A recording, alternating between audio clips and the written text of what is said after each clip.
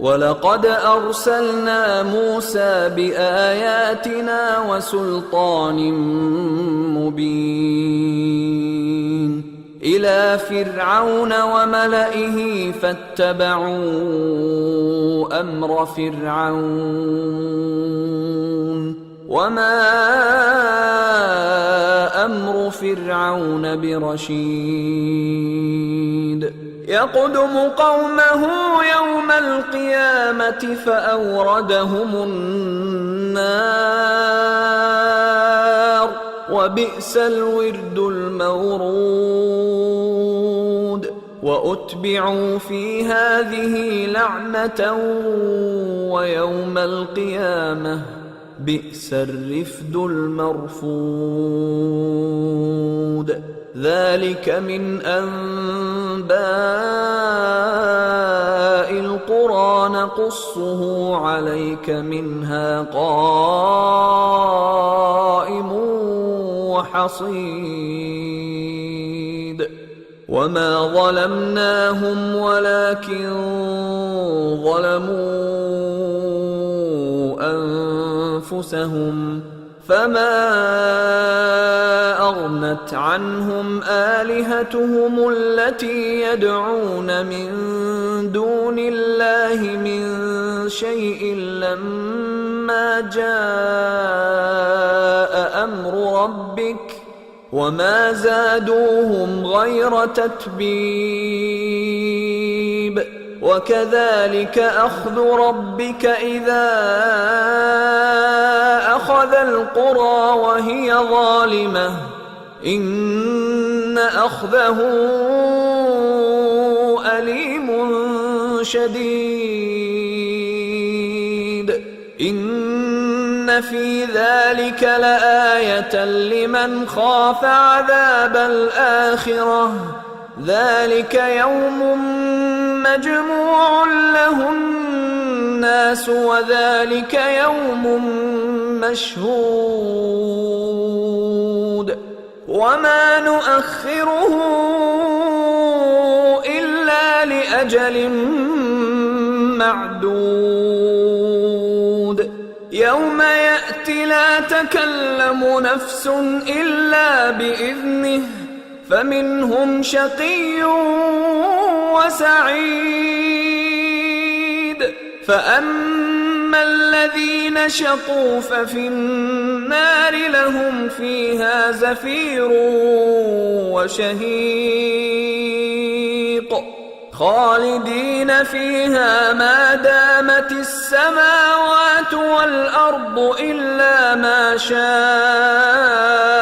ربك إن ربك فعال لما يريد وأما الذين سعدوا ففي الجنة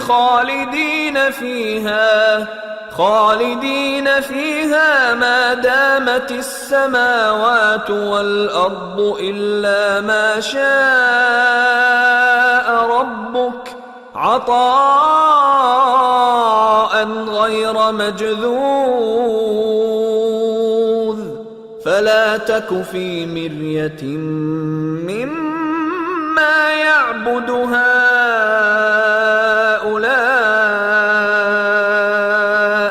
ما يعبدون إلا كما يعبد آباؤهم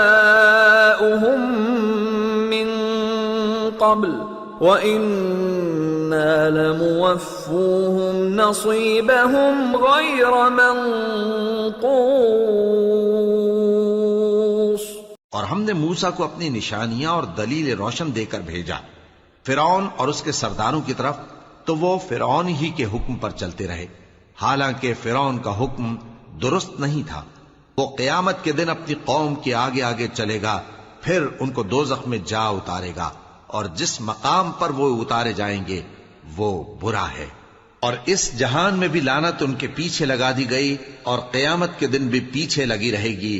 जो इनाम उनको मिला है बुरा है। ये पुरानी बस्तियों के थोड़े से हालात हैं जो हम तुमसे बयान करते हैं। इनमें से बाज तो बाकी हैं और बाज तहस नहस हो गई। और हमने उन लोगों पर जुल्म नहीं किया, بلکہ انہوں نے خود اپنے اوپر ظلم کیا۔ غرض جب تمہارے پروردگار کا حکم آ پہنچا تو جن معبودوں کو وہ اللہ کے سوا پکارا کرتے تھے وہ ان کے کچھ بھی کام نہ آئے، اور بربادی کے سوا انہیں اور کچھ نہ دے سکے۔ اور تمہارا پروردگار جب نافرمان بستیوں کو پکڑا کرتا ہے تو اس کی پکڑ اسی طرح کی ہوتی ہے، بے شک اس کی پکڑ دکھ دینے والی سخت ہے۔ ان قصوں میں اس شخص کے لیے جو عذاب آخرت سے ڈرے عبرت ہے۔ یہ وہ دن ہوگا جس میں سب اکٹھے کیے جائیں گے، اور یہی وہ دن ہوگا جس میں سب اللہ کے روبرو حاضر کیے جائیں گے، اور ہم اس کے لانے میں ایک وقت معین تک تاخیر کر رہے ہیں۔ جس روز وہ آ جائے گا تو کوئی شخص اللہ کے حکم کے بغیر بول بھی نہیں سکے گا۔ پھر ان میں سے کچھ بدبخت ہوں گے اور کچھ نیک بخت۔ تو جو بدبخت ہوں گے وہ دوزخ میں ڈال دیے جائیں گے، اس میں ان کو چلانا اور دھاڑنا ہوگا۔